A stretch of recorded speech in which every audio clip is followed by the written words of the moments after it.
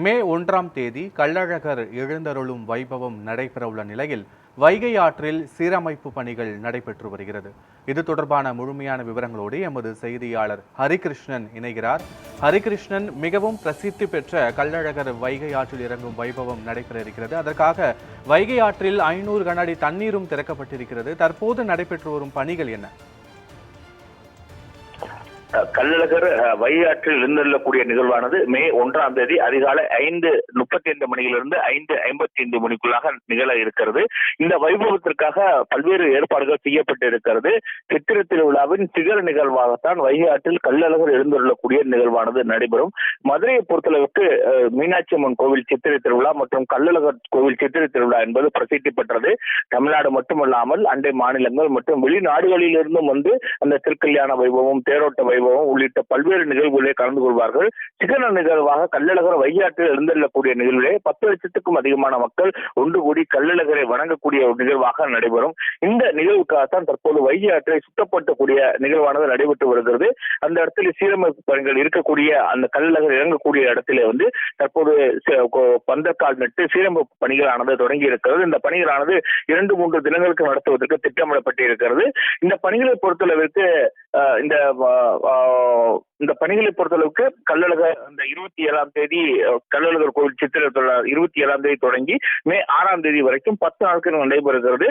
வைகை ஆற்றை தற்போது தயார்படுத்தும் பணிகள் தீவிரப்படுத்தப்பட்டு இருக்கிறது. 5க்கும் மேற்பட்ட பொக்லைன் இயந்திரங்களை கொண்டு வைகை ஆற்றை தூய்மைப்படுத்தும் பணிகள் நடைபெறுகிறது. அது மட்டுமல்லாமல் ஆட்களை கொண்டும் அங்க இருக்கக்கூடிய பிளாஸ்டிக் கழிவுகள், குப்பைகள் அகற்றப்பட்டு வருகிறது. அதே போன்று வந்து அந்த இடத்திலே வந்து மணல்களை கொட்டியும் ஜல்லிகளை கொட்டியும் ஒரே போதிரி சீரமைப்பு பணிகள் நடைபெற்று அங்கு 2 கொட்டகைகள் அமைக்கப்படும். ஒன்று இந்து சமய அறநிலையத்துறை சார்பிலே அமைக்கப்படும். மற்றொன்று வந்து வீரராக பெருமாள் கோவிலுடைய மண்டபப்படி அமைக்கப்படும். 2 மண்டபப்படிகள் உள்ளே அமைக்கப்படும். ஒன்று வந்து கள்ளழகர் கோவிலுக்கான மண்டபப்படி, மற்றொன்று வீரராக கோவிலுக்கான மண்டபப்படி என 2 அமைக்கப்படும்.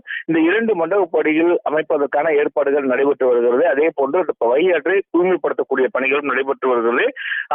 கள்ளழகர் எழுந்தக்கூடிய அந்த ஆற்றின் உட்புற பகுதியில் தான் கொட்டகை, தடுப்பு வேலிகள் அமைக்கும் பணியானது தற்போது பூஜைகளுடன் தொடங்கி இருக்கிறது. பொதுப்பணித்துறை மற்றும் மாநகராட்சி சார்பில் அந்த பணிகளானது நடைபெற்று வருகிறது. கள்ளழகர் கோவில் சித்திரை திருவிழாவை பொறுத்தளவுக்கு வருகின்ற ஏப்ரல் 27ஆம் தேதி தொடங்குகிறது. கோவிலின் உட்புறமாக அந்த எதிர்க்க இருக்கக்கூடிய அந்த திருக்கல்யாண மண்டபத்தில் 2 நாட்கள் காலை மாலை வேளைகளிலே கள்ளழகர் எழுந்தருளி பக்தர்களுக்கு அருள்பாலிப்பார். அதனைத் தொடர்ந்து மே 27ஆம் தேதி தொடங்கக்கூடிய திருவிழாவானது அதுக்கு அடுத்ததாக 28ஆம் தேதி அங்கு கள்ளழகர் அங்கு 29ஆம் தேதி கள்ளழகர் அங்கிருந்து புறப்படுவார். மாலை அதிர்வெட்டுக்கள் முழங்க கள்ளழகர் கோவிலிருந்து அழகர் புறப்பட்டு வழிநெடுங்கும் இருக்கக்கூடிய மண்டபப்படிகளை எழுந்தருளி பக்தர்களுக்கு அருள்பாலிப்பார்.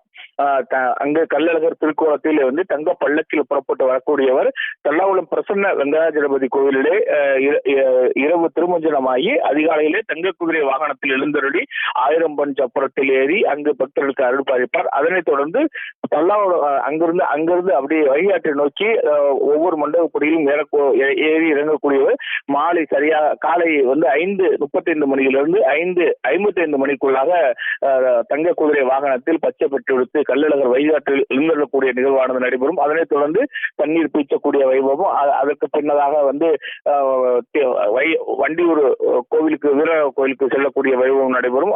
அடுத்ததாக மண்டூர் முனிவருக்கு சாப விமோச்சனம், அப்புறம் தசாவதார நிகழ்ச்சிகள், பூப்பல்லாக்கு உள்ளிட்ட பல்வேறு நிகழ்ச்சிகள் நடைபெறும்.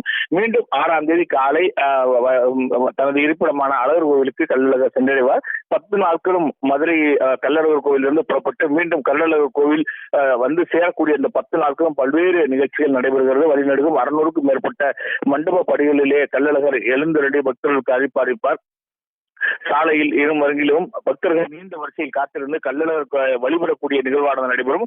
இதற்காகத்தான் இந்த பணிகள் முடுக்கிவிடப்பட்டிருக்கிறது. மேலும் வந்து ஏற்கனவே சாலையின் வைகை ஆற்றின் இருபுறங்களிலும் வந்து தென்கரை மற்றும் வடகரை சாலைகளிலே சீரமைப்பு பணிகள் நடைபெற்று தற்போது தயார் நிலையில் இருக்கிறது. இந்த வைகை ஆற்றை தூய்மைப்படுத்தி முழுவதுமாக அங்கு தடுப்பு வேலிகள் அமைத்து யாரும் உள்ளே வராத வண்ணக்கும் தடுப்பு வேலிகள் அமைப்பதும், பாதுகாப்பிற்கான அனைத்து அங்கு கற்கள் மண்களை அகற்றி அங்கு சீரான ஒரு தளத்தை அமைப்பதற்கான பணிகள் தான் தற்போது நடைபெற்று வருகிறது. இன்னும் ஓரிரு நாட்கள் இந்த பணிகள் முடிவுற்று தயார் நிலையில் வைக்கப்படும் என பொதுப்பணித்துறை அதிகாரிகள் தெரிவித்திருக்கிறார்கள். காட்சிகளோடு முழுமையான விவரங்களுக்கு நன்றி ஹரிகிருஷ்ணன்.